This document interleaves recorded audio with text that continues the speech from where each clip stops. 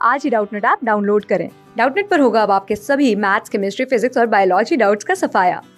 बस अपने क्वेश्चन की फोटो खींचो, उसे क्रॉप करो और तुरंत वीडियो सोल्यूशन पाओ। Download now. हेलो एवरीवन, हम पढ़ रहे थे एक पाठ जिसका शीर्षक था इस जल प्रलय में, और यह पाठ कक्षा 9 की पुस्तक कृतिका से लिया गया है और इस पाठ के लेखक फणीश्वर नाथ रेणु जी हैं। इस पूरे पाठ में लेखक ने सन 1975 में पटना में आई प्रलयंकारी बाढ़ का आंखों देखा वर्णन किया हुआ है कि जब जो लेखक हैं जब वह पटना में उपस्थित थे तो वहां पर कितनी भयंकर बाढ़ आई हुई थी। तो लेखक ने इस पाठ में हमें उसी बाढ़ के बारे में बताया है। इसमें लिखा है, आतंक के मारे मेरे दोनों हाथ बरबस जुड़ गए और सभय प्रणाम निवेदन में मेरे मुंह से कुछ अस्फुट शब्द निकले।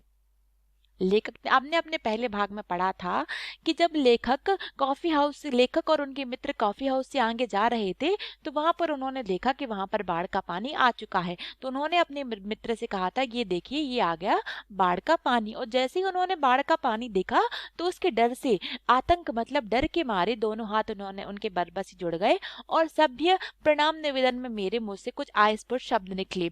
अस्पष्ट का मतलब होता है अस्पष्ट शब्द निकले। अब लेखक ने यह माना है कि हाँ मैं बहुत कायर हूँ और डरपोक हूँ, मतलब कि हाँ मैं बाढ़ का पानी देख के डर गया। चूंकि बाढ़ होती है वह बहुत ही भीषण और भयानक होती है, इसीलिए कोई भी व्यक्ति उस बाढ़ के पानी से डर सकता है। उसी प्रकार लेखक भी बाढ़ के पानी से देखकर और कुछ अस्पष्ट शब्द उनके मुंह से निकलने लगे। अब रिक्शा वाला बहादुर है, कहता है चलिए ना थोड़ा और आगे। अब जो रिक्शा वाला था वह लेखक को और उनके मित्र को वहां पर ले जा रहा था, तो वो थोड़ा बहादुर प्रकार का व्यक्ति था, बहादुर किस्म का व्यक्ति था। इसलिए उसने कहा चलिए ना थोड़ा और आगे चलते हैं, देखते हैं आगे बाढ़ का पानी कहाँ तक आ गया है। भीड़ का एक आदमी बोला, ए रिक्शा, करंट बहुत तेज है, आगे मत जाना। अब जब बाढ़ आएगी तो जितने भी बाढ़ के कारण, बाढ़ की जो हवा होगी, बहुत तेज हवा और के कारण और बाढ़ के कारण जितने भी बिजली के खंभे होंगे वह डूब जाएंगे। तो उनका जो उनके ऊपर जो हाई टेंशन तारों का हाई टेंशन लाइन के जो तार होंगे वह भी पानी में गिर जाएंगे। तो उसका परिणाम यह होगा कि पूरे इलाके में, पूरे एरिया में करंट फैल जाएगा। तो वही हुआ। और जो वहां पर एक जो भीड़ में उपस्थित एक जो आदमी है वह बोलता है, ए रिक्शा वाले, करंट वहां पर बहुत तेज है इसलिए आगे मत जाना। अब लेखक बता रहे हैं, मैंने रिक्शे वाले से अनुनय भरे स्वर में कहा, लौटा ले भैया, आगे बढ़ने की जरूरत नहीं है। अब जब लेखक फणीश्वर नाथ रेणु ने बाढ़ की भयावहता को देखा और जब यह भी जाना कि वहां पर करंट फैल रहा है, इसलिए उन्होंने अपने रिक्शे वाले से कहा कि भैया वापस लौटा लो, अब घर चलते हैं। रिक्शा मोड़कर हम अप्सरा सिनेमा हॉल के बगल के गांधी मैदान की ओर चले, जो सिनेमा शो अभी बंद था। लेखक ने बताया कि जब वो रिक्शा मोड़कर अब वो कहाँ गए, अप्सरा सिनेमा हॉल के बगल से अब वो गांधी मैदान की ओर चल पड़े। पैलेस होटल और इंडियन एयरलाइंस दफ्तर के सामने पानी भर रहा था। ये सारी जगहें बिहार में है मौजूद है, इसीलिए चूंकि ये लेखक ने यहाँ पर हमें बिहार के बारे में, बिहार के पटना शहर के बारे में ये रिपोर्ट दी हुई है। पटना शहर की बाढ़ का वर्णन किया हुआ है, इसलिए वहां पर पटना में जितनी भी स्थान है, जितने भी क्षेत्र हैं, तो लेखक ने इस पाठ में उन सारे क्षेत्रों का जिक्र किया हुआ है। गांधी मैदान, अप्सरा सिनेमा हॉल, पैलेस होटल और इंडियन एयरलाइंस का दफ्तर। पानी की तेज धार पर लाल हरे नियन विज्ञापनों की परछाइयां सैकड़ों रंगीन सांपों की सृष्टि कर रही थी। गांधी मैदान की रेलिंग के सहारे हजारों लोग खड़े देख रहे थे। लेखक ने बताया किस प्रकार से जो पानी की जो तेज धारा थी वह लाल हरे नयन विज्ञापनों की जो परछाइयां हैं उनके सैकड़ों संगीन छापों को वहां पर दर्शा रही थी। और जो गांधी मैदान में जितने भी लोग उपस्थित थे वह गांधी मैदान की रेलिंग के सहारे हजारों लोग वहां पर खड़े उस बाढ़ के पानी को देख रहे थे। दशहरा के दिन रामलीला के राम के रथ की प्रतीक्षा में जितने लोग रहते हैं उससे कम नहीं थे। लेखक ने बताया जो हमारा दशहरा हमारा एक त्योहार है, तो दशहरा के दिन जिस प्रकार रामलीला के में राम के मैदान में जिस प्रकार से बहुत सारे लोगों का हुजूम उमड़ता है, बहुत सारी भीड़ वहां पर उपस्थित होती है, बिल्कुल वही भीड़ यहाँ पर बाढ़ देखने के लिए आई हुई थी। गांधी मैदान के आनंद उत्सव, सभा सम्मेलन और खेल कूद की सारी स्मृतियां पर धीरे धीरे गैरिक आवरण आच्छादित हो रहा था। गैरिक का मतलब होता है गेहुआ रंग का और आच्छादित का मतलब होता है ढका होना। लेखक ने बताया है कि गांधी के मैदान के जितने भी आनंद उत्सव वहां पर होते थे, जितने भी सभा सम्मेलन और जितने भी खेलकूद की वहां पर यादें थी, उन पर धीरे धीरे एक गेहुआ रंग का एक आवरण ढक रहा था। हरियाली पर शनै शनै पानी फिरते देखने का अनुभव सर्वथा नया है। लेखक ने कहा शनै शनै मतलब धीरे धीरे, तो हरियाली पर धीरे धीरे पानी फिरते देखने का एक अनुभव यहाँ पर सर्वथा नया ही था, क्योंकि उन्होंने इससे पहले कभी नहीं देखा कि यहाँ पर इतनी भीषण बाढ़ आई हुई है। यह बाढ़ उन्होंने पहली बार देखी हुई थी। इसी बीच एक अधेड़, मुस्टंड और गवार जोर जोर से बोल उठा, ईह, जब दानापुर डूब रहा था तो पटनिया बाबू लोग उलटकर देखने भी नहीं गए। अब बूझो। लेखक ने बताया है कि वहां पर एक जो व्यक्ति उपस्थित था, उसका वर्णन करते लेखक बता रहे हैं कि वह एक अधेड़ उम्र का मुस्टंड और गवार व्यक्ति था, और वह जोर जोर से चिल्ला रहा था कि ये देखो, जब दानापुर गांव डूब रहा था तो पटना के जितने भी लोग थे, उसने अपनी भाषा में कहा कि जब दानापुर गांव डूब रहा था तो पटना के जो लोग थे वह उलटकर उस गांव को देखने भी नहीं गए थे। अब देखो, उनके ऊपर ही मतलब स्वयं पटना में ही बाढ़ आ गई, तो उनके ऊपर ही जब विपत्ति आई तो वो किस प्रकार से अब परेशान हो रहे हैं। और जब हमारे गाँव में जब बाढ़ आई थी तो किसी ने हमारी तकलीफ, हमारे दर्द को नहीं समझा था। लेखक अपने आचार्य कवि मित्र से कहते हैं, पहचान लीजिए, यही है वह आम आदमी जिसकी खोज हर साहित्यिक गोष्ठियों में होती रहती है। उसके वक्तव्य में दानापुर के बदले उत्तर बिहार अथवा कोई भी बाढ़ग्रस्त ग्रामीण क्षेत्र जोड़ दीजिए। अब लेखक फणीश्वर नाथ रेणु अपने मित्र से कहते हैं कि पहचान लीजिए, यह वही आम आदमी है जिसकी खोज हमारे जितने भी साहित्यिक लोग होते हैं उन्हें रहती है। कि उसका जो वक्तव्य था, उसने जब जो वाक्य बोला था कि किस प्रकार से दानापुर में जब वहां उसके गांव में जब बाढ़ आ रही थी तो किसी ने भी उन लोगों की सहायता नहीं की, तो उसी प्रकार दानापुर के बदले उत्तर बिहार अथवा कोई भी बाढ़ग्रस्त ग्रामीण क्षेत्र को जोड़कर देखिए कि जब वहां पर बाढ़ आती थी तो किस प्रकार से वहां पर जन धन की बहुत ज्यादा हानि होती थी, और वहां पर किसी भी प्रकार की कोई सहायता नहीं पहुंचती थी। जो कि पटना एक समृद्धशाली शहर, इसीलिए वहां पर अगर बाढ़ हुई तो वहां पर बहुत सारे लोग सहायता करने के लिए उपलब्ध हो जाएंगे। लेकिन जब यही बाढ़ किसी गांव में या उत्तर बिहार के किसी भी गांव में आई हुई होगी तो वहां पर लोगों को सहायता नहीं मिली होगी। शाम के 7:30 बज चुके और आकाशवाणी के पटना केंद्र से स्थानीय समाचार प्रसारित हो रहा था।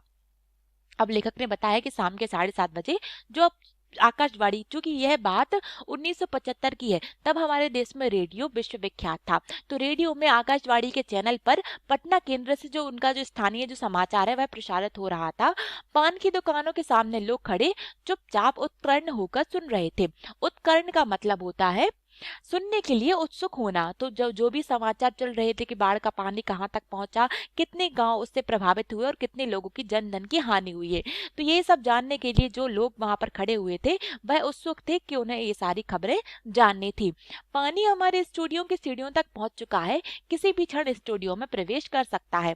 जब लेखक फणीश्वर नाथ रेणु को यह सूचना मिली कि जो पानी है वह हमारे स्टूडियो की सीढ़ियों तक आ गया है और वह अब जो पानी किसी भी क्षण हमारे स्टूडियो के अंदर आ सकता है।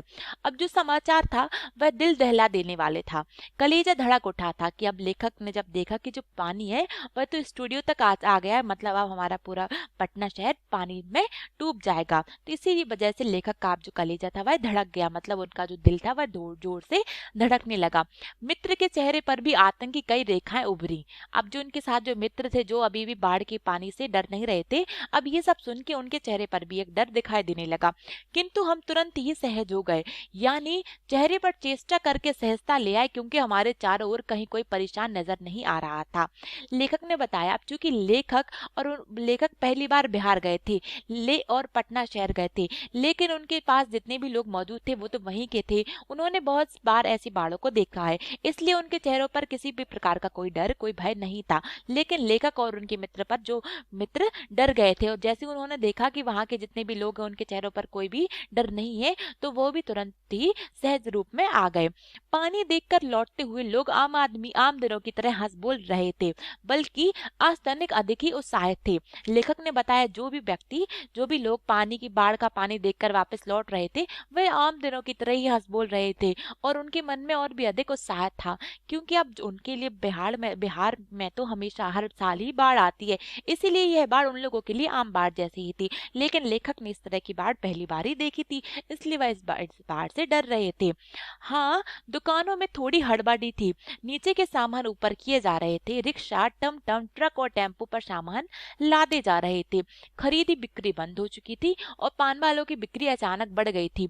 आशन्य संकट से कोई प्राणी आतंकित नहीं दिख रहा था। आशन्य का मतलब होता है पास आया हुआ संकट। तो लेखक ने बताया है कि जो इतने भी वहां पर लोग उपस्थित थे तो उनके मन में किसी प्रकार का डर नहीं देखा जा रहा था। हाँ, ये बात जरूर है कि वहां की जो भी दुकानें थी तो दुकान के जितने भी दुकानदार थे वह अपने जो भी नीचे सामान रखा हुआ था उसे वह ऊपर शिफ्ट कर रहे थे और साथ ही साथ वो अपने सामान को एक सुरक्षित स्थान पर पहुंचाने के लिए रिक्शा, टमटम, ट्रक और टेम्पो पर अपना सामान को लाद रहे थे और इसके साथ साथ ही उसकी खरीदी बिक्री बंद हो चुकी थी। लेकिन इन सब घटनाओं के बाद एक बात है कि जो पान वालों की दुकान है तो उनकी बिक्री अचानक से बढ़ गई थी, क्योंकि बहुत सारे लोग अब बाढ़ देखने के लिए अपने अपने घरों से बाहर निकल रहे थे और बहुत सारे लोग पान के शौकीन भी होते हैं, इसीलिए पान वालों की बिक्री अचानक बढ़ गई थी। और ये जो पास आया हुआ जो संकट दिखाई दे रहा था, इससे वहां पर उपस्थित कोई भी प्राणी आतंकित नहीं दिख रहा था। पान वाले के आदमकद आईने में उतने लोगों के बीच हमारी ही सूरतें मुहर्रमी नजर आ रही थी। लेखक ने बताया कि जो पान की दुकान पर जो आईना लगा हुआ था तो इतने सारे लोग वहां पर उपस्थित थे, लेकिन वहां पर हमारे ही चेहरे पर एक प्रकार का डर और मुहर्रमी छाई हुई थी। मुझे लगा अब हम यहाँ थोड़ी देर भी ठहरेंगे तो वहां खड़े लोग किसी भी क्षण ठठाकर हम पर हंस सकते हैं। जरा इन बुज़दिलों का हुलिया देखो। अब लेखक ने कहा अगर हम थोड़ी देर और वहां रहे तो वहां पर जितने भी लोग उपस्थित हैं वह हम पर हंसने लगेंगे और हमारे चेहरों को देखकर कहेंगे कि जरा इन बुज़दिलों का हुलिया देखो। मतलब ये जो लोग आए हुए, ये जो दो व्यक्ति खड़े हुए हैं, वह किस प्रकार बाढ़ के पानी से आतंकित हो रहे हैं और इस पानी से डर रही है। क्योंकि वहां ऐसी ही बातें चारों ओर से उछाली जा रही थी कि एक बार डूब ही जाए, धनुष कोटि की तरह पटना लापता ना हो जाए, कहीं सब पाप धुल जाएगा। चलो गोल घर के मुंडे पर ताश की गड्डी लेकर बैठ जाएं, बिस्कोमान बिल्डिंग की छत पर क्यों नहीं, भाई यही माकूल मौका है। अब लेखक कह रहे हैं क्योंकि वहां पर जितने भी व्यक्ति उपस्थित थे वो आपस में ही बातें कर रहे थे कि एक बार ये जो बाढ़ का जो पानी आ रहा है वह एक बार में ही डूब जाए। धनुषकोटी, धनुषकोटी बिहार पटना में एक जगह का नाम है। तो वहां पर बताया गया है कि जिस प्रकार से धनुषकोटी बाढ़ के पानी में लापता हो गया था, उसी प्रकार कहीं धनुषकोटी की तरह पटना भी लापता ना हो जाए। और उनका मानना था कि इससे सारे पाप धुल जाएंगे। और जो कुछ लोग थे वह आपस में बात करते हुए कहते हैं चलो गोल घर के मुंडे पर ताश की गड्डी लेकर बैठते हैं, वहीं अपना मनोरंजन करते हैं। तो कोई व्यक्ति कहता है कि बिस्कोमान बिल्डिंग की छत पर क्यों नहीं चल रहे हो, और यही भाई यही माकूल मौका है। अगर हम सुरक्षित स्थानों पर पहुंच गए तो शायद ही हम बच जाएंगे, क्योंकि अगर हम ये बड़ी बड़ी बिल्डिंगों की इमारतों की छत पर चले गए तो यहाँ तक तो बाढ़ का पानी नहीं आएगा और हम सुरक्षित बच जाएंगे। इसीलिए लोग अपने अपनी को सुरक्षित स्थान पर जाने के लिए तैयारी कर रहे थे। इनकम टैक्स वालों को इसी मौके पर काले कारोबारियों के घर पर छापा मारना चाहिए। आसामी बामाल। लेखक ने यहाँ पर एक व्यंग्य किया है फणीश्वरनाथ रेणु जी ने कि जो इनकम टैक्स के जो ऑफिसर होते हैं तो इनकम टैक्स वालों को इसी वक्त पर जितने भी काले कारोबारी होते हैं, जितने भी 2 नंबर के धंधे करते हैं, उन्हें इसी वक्त ही उनके घर पर छापा मारना चाहिए, जिससे उनके घर का जितना भी काला माल है, जितना भी उनका गलत धंधों का जो भी कमाया हुआ रुपया पैसा है वह सरकार के हाथों में आ जाएगा।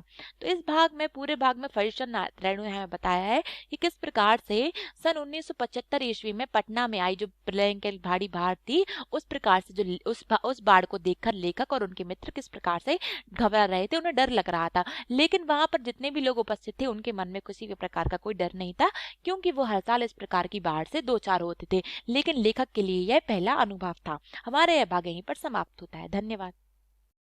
क्लास 6 से 12 से लेके नीट, IIT, JEE मेंस और एडवांस के लेवल तक 10 मिलियन से ज्यादा स्टूडेंट्स का भरोसा। आज ही डाउनलोड करें डाउटनेट ऐप या व्हाट्सएप कीजिए अपने डाउट्स 8400 400 400 पर।